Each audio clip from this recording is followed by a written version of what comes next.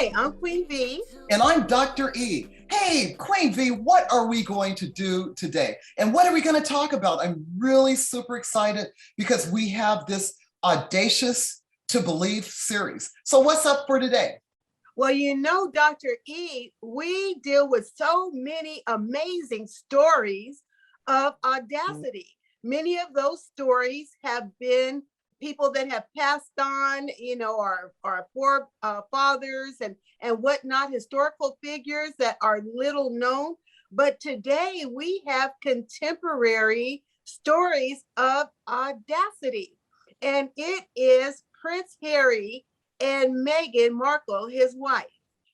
Prince Harry and Meghan Markle. This is super cool because there's been so much talk about that couple. It's really important for us to get to do a deeper dive to find out who they are from our perspective and what makes their story audacious.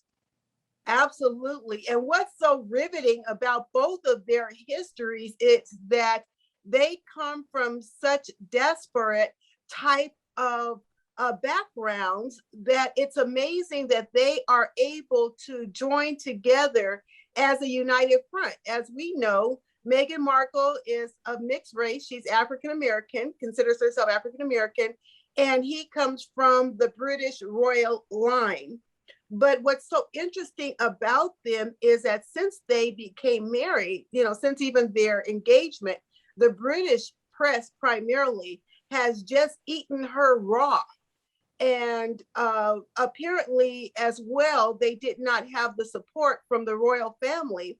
And what I believe is so audacious about them, in my opinion, is that they had the audacity, Dr. E, to strike out on their own and say, you know what, you can have our titles, you can have our security, you can have all of the benefits, all of the responsibilities. We're fighting for our family and our peace of mind, our mental health.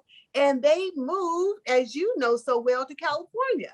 And I just think that is so audacious. How do you feel about them? Well, you know what? It sounds like love to me.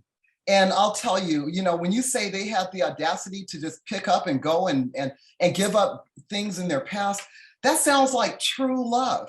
It's because when you're truly in love with a person, you have to be able to just really, just focus on who that love is and where you find yourself as far as being in love with that person. And that might mean that you might have to let go of your past or even family. I mean, bottom line, love is love. But you know what's really striking when you say that he let go of his royalty and all the things that he was born into. It reminds me a little bit of his mother. What do you think about where he got the audacity to say, you know what?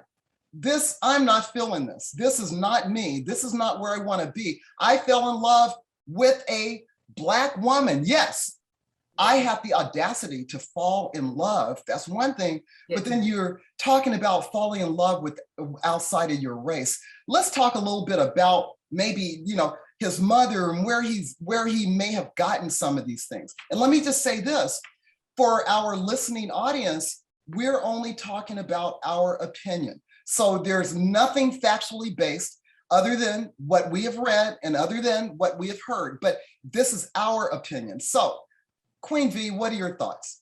Absolutely. Well, it has been widely reported, and actually not only what we just heard, because I listened to their entire interview, as so many millions did with Oprah. And one thing that Prince Harry stated was that because of what he felt that the British press and, the paparazzi, so to speak, did to his mother, they really feel like the paparazzi was responsible for her death. Because remember, they were driving away from the paparazzi who were hounding them, and the horrible accident occurred. So I think that he feels very sensitive regarding the security of his wife and family, as well he should, in my humble opinion. And like you, I believe that that's what love looks like. because when you fall in love with a person, you fall in love with and you are most concerned with their well-being. That's what being a great husband is to me, that he would consider her and his family above all. And in that regard, with Princess Diana, remember how different she was, audacious. So he comes by it rightly. She was called the people's princess because, unlike most of the royal family who were taught and bred and groomed to have this standoffish, very public, very stoic type of facade, she was very reachable. She was very accessible. Remember during the AIDS epidemic when nobody wanted to touch anybody with AIDS, she was holding and kissing AIDS babies and touching people and touching the poor in Calcutta, India. She was so beloved because she was a real person. And she was audacious enough to say, you know what? I am going to be who I am. And this royal tradition is not going to stifle who I am. And that's what I believe was so audacious about Princess Diana. What's interesting to me, if we look at society as a whole, we should be far past judging folks based on who they fall in love with and based on the color of one's skin, based on, all these variables that we put in front of ourselves. And we stifle growing, as a human being. We stifle growing as a society when we limit ourselves in terms of saying, well, this is where I'm coming from. Here's my traditions. This is what I believe. But why should we hold on to something if it's not fulfilling us intrinsically? Why should we stop ourselves from falling in love or staying in love or being in love just because the external world or environment tells me, well, I don't want you to be with this person, but let me ask you this. Who's paying your bills? That's good. Who's taking care of you? Who's doing all these other things? Now, maybe you have someone paying your bills, but you know what? You're smart enough. You're great enough. You're beautiful enough. You're capable enough to pay your own bills. Yeah. So why be trapped in some type of environment? And I tell you, I can't tell you how much I appreciate what this couple is doing for themselves. They're building a life for themselves outside of whatever the norms may be. And I appreciate, I'll tell you, Queen V, I've been married for 37 years. I met my husband and we were married in 4 months. And had I listened to those people saying, oh, your marriage is never going to work. You don't even know him. You've been married only 4 months and you have the audacity to get married.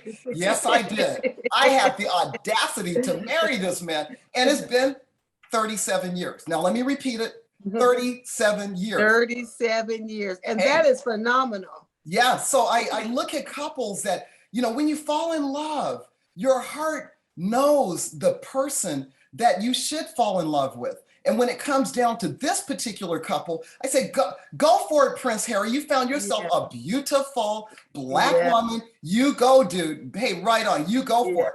And so, and the same thing for Meghan. The bottom line, the heart sees no color. The heart sees what it sees, and that's a spirit of love. And for those in our listening audience and viewing audience, if you find love, you better hold on to it. And you should not, you shouldn't take other people's word on what should work for you, what shouldn't work. Now, I'm not saying that you shouldn't listen to other people and get the opinions from your parents or your good friends or whatever it is. But at the end of the day, you have to be able to live with your decision. And when it comes to getting married, then you got to let go of all other stuff anyway. So I do agree that there's something about Prince Harry that he picked up on some wonderful, the legacy of his mother. And he wasn't going to let the world dictate to him what he should and should not have. Absolutely. I totally concur, Dr. E. And you know what? Even the larger picture, I think, is that in this pandemic era, everything is on shift. We are readdressing issues of race and culture and employment and finances and health. Everything is shifting on every trajectory. And this is a perfect time, in my opinion, for them to take this stance for themselves. I think had they not taken this stance, they would have had a miserable marriage because it would have been built on falsehoods and not who they truly are. And why should she be mistreated and mismanaged because of some archaic racist system? Honestly, let's just be, transparent with that. And so I am wild for them. I am cheering them on. I love their little family, and God bless them. God Yeah. bless them. I wish them Godspeed and that they would have a long, beautiful, happy marriage. They deserve it. They Well, deserve it. that's absolutely correct. Well, one thing that I do recall, I watched the Oprah Winfrey interview with them, and straight out of Meghan's mouth, she said that she was miserable with all anyone can say, well, how can you be miserable? Look at all the money that you've married into. Look at the wealth. Look at all the accoutrements that you have available to you. But it goes to show that is more than the external stuff. Let me just repeat this. It's more than the external stuff. There's too many people living in this world, Queen V, that feel like, well, okay, we've been conditioned in the world or society. Hey, you got to keep going up that next rung. You got to keep climbing externally. You got to get that next job, that next promotion, that next level, or whatever it is. Keep leveling up and keep bringing all these material things into your world, your personal world. But no one has convinced me to this date that the material things leads to happiness. I'm talking about intrinsic happiness. And Oh, I've seen way too many. Well, I'll just say this. There are people that win the lottery, for example. Well, not only are they broke 3 months to a year later, but they talk about the misery involved with all the money. It just brought more misery in their lives. My question to you, Queen V, what can people do to start digging deep into themselves, not only to allow themselves to fall in love with whoever they need to fall in love with or whoever they want to fall in love with and be okay with that decision?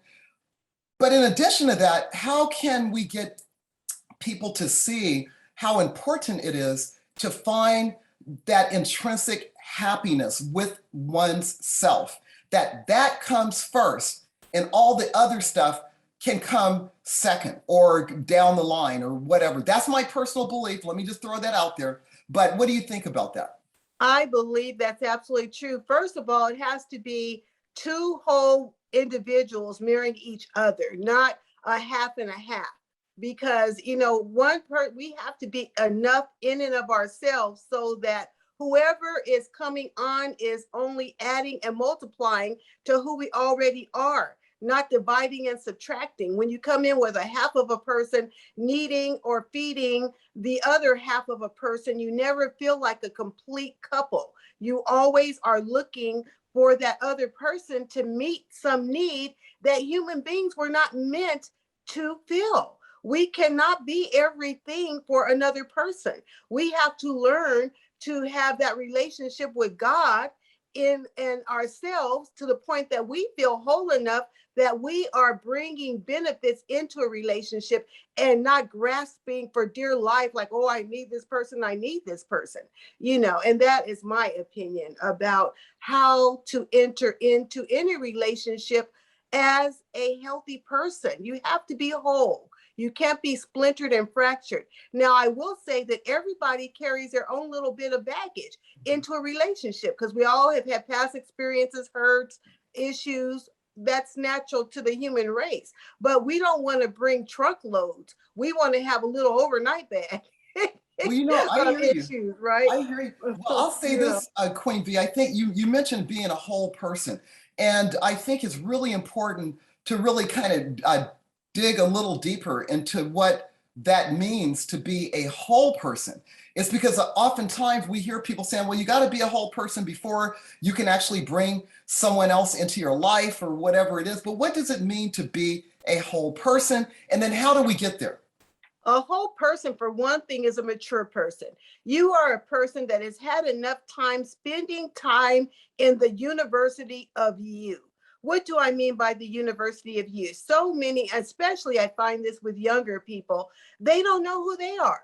So how could you possibly bring yourself into a relationship with someone else and you have no clue who you are? I believe before anyone gets married or gets involved deeply in a relationship, they should have their own money. They should live on their own terms. They should know pretty well their purpose in life, their mission in life, what their goals are, and also what their preferences are. You know, it's a horrible thing to think that, okay, I really, only like somebody that's over 6 feet tall, and then you marry somebody that's 5'2". Well, you may be unhappy with that person for the entirety of the marriage. Let's be serious. We have to know our preferences, our goals, our desires, but most of all, we have to know our purpose, our purpose and our mission. Because I believe, especially with marriages of faith, because we come from a tradition of faith and belief in God and a relationship with the Lord, that Christian marriages are meant to be purpose marriages. You don't just get married for no reason. God is very strategic. And so we marry people that are aligned with our identity and our purpose, ideally. Well, Queen V, that brings me to another a topic. You're a pastor and you marry folks. And my daughter and son-in-law had the opportunity to go through a premarital counseling. So what do you take, when we talk about the whole person and we talk about falling in love and we talk about leading up to marriage, and this wraps back into Prince Harry and Meghan Markle, what do you do to get people prepared to make that big step called marriage? Well, you know what? You ask the tough questions. You ask the tough questions. My husband, who has passed on, he was a great counselor. And one thing that he would always say with marriage counseling when we would do it together was he would tell the couple that he was trying to talk them out of being married. And if he could talk them out of being married, then they didn't have any business being married. But I used to always think that was so harsh. I was like, honey, don't say that. And he's like, no, they need to be able to defend their marriage. Why do they want to be married to this person? So I believe in counseling.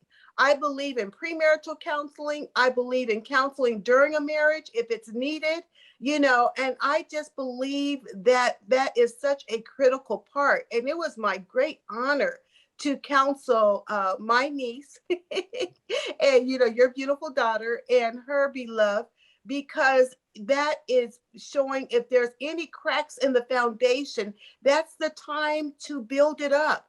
That's the time to excavate it and look at it and really, really be very clear about your next steps. Because, marrying, as 37 years, marriage is one of the most important decisions we'll ever make in life. And we don't want to take it lightly. And so I really will not marry without premarital counseling. It's that important to me. Wonderful. That gets back to Prince Harry and Meghan Markle. Bottom line is that they knew that they were going to withstand the storms in terms of getting married and looking at the different cultures, the different race, the different backgrounds and religion. I mean, all that went into play. But my hat goes off to a couple that says, you know what? I'm a whole person. We're a whole couple. And nobody's gonna break us up, period. I mean, I don't say that, period, put a dot on it, put it DN, that's it. And so when a couple, lock arms together and say, you know what, we're gonna do this together, that's what it's all about. And I'll tell you, my marriage for 37 years, I had to lock arms and say, you know what? This is number one. This is numero uno. We have to do this together. But again, let me just back up a tiny bit. In order to be the whole person, I consider myself a whole person, but there's a routine that I go through to make sure I do the maintenance to stay the whole person. And my routine is that I pray throughout the day, all day, every day, 24/7 if I have to. But in terms of the physical routine, we have an altar in our house and we pray as a family. We read scriptures as a family. We really get into the word of God as a family. Now, my routine is different than probably anyone else's practice or whatever it may be, but that's a part of our routine. And I think if a person or a couple or anyone has a routine that they can do together, that helps keep the marriage strong. The other thing, communication. The other thing is that I work out every morning after I do my routine with my husband. I will work out my body, my mind, and my spirit. That's my personal routine. And so I know that we can't talk about all this right now, but we will be talking about things like this in the future. But I think to wrap things up, we have to let our audience know where we're coming from and how important it is to have the audacity to love yourself. Have the audacity to fall in love. Even if your girlfriends say, oh, no, let's have fun, let's keep partying. You don't want to be in love right now. We got a few years behind us. But when the love strikes you in your heart, you got to listen. What are your thoughts about that, Queen V? Oh, I absolutely agree. Well, you know, the proof of like they say, the proof of the tasting is in the pudding. Mm-hmm. Your marriage is proof that works. And I just believe that it's so important. Like you said, it's not the getting that is hard, it's the maintaining. And everything, maintaining it is generally harder than getting it. So I concur with you. And with it requires audacity. It requires audacity, an audacious decision for your life and to fight for the lives of your loved ones. And so kudos to them. Kudos to them. I am so very proud of them. I think if I met them, of course, I don't know them, but I think that I would be wild about them because I admire the courage that it takes for them to be them. Well, you know, I hear you. That is so important. And I think for just about anyone listening, it's a matter of taking time to say, who am I? What do I believe? Because I'm going to tell you, and I know we're running out of time, but it's really important that we do not let the external messaging, and that's the negative stuff that we may hear on television, radio, broadcasting, there's always this negative mantra that's out there telling us what we need more. We don't have enough. I'm a marketing professor. And a part of marketing is to position products, places, people, or whatever to make people see you really need this stuff. You really need it, even though you don't. But I'll tell you, we have to start thinking about ourselves. We have to think about what we can do to make ourselves happy and believe in ourselves and do like that Prince Harry and Meghan Markle did, and that's to love yourself, have the audacity to love yourself, to save yourself so that you could be yourselves. Absolutely. I concur. Absolutely. Absolutely. Wonderful conversation regarding the audacity of Prince Harry and Meghan Markle. Cheers to them. Many, many happy, blessed years to them and their family. Is my hope and prayer. Yeah. Okay. So Queen V, it looks like we're out of time. You want to just say your last final words to our listening and viewing audiences? Well, we are just wrapping up this episode. We are so thrilled to be here. Thank you for joining us. Please like, share, and subscribe for our YouTube listeners, we are just delighted. This is a hoot and a toot. We are having fun, and we hope that while we are having fun, we are inspiring and informing and transforming lives. Right, Sissy? So that's we right. are, at the end of the day, everything with us is A to B. And catch us at Queen V and Dr. E.com. That's Queen V and Dr. E.com. See you next episode. Bye-bye. To believe, yeah. We've got audacity to believe.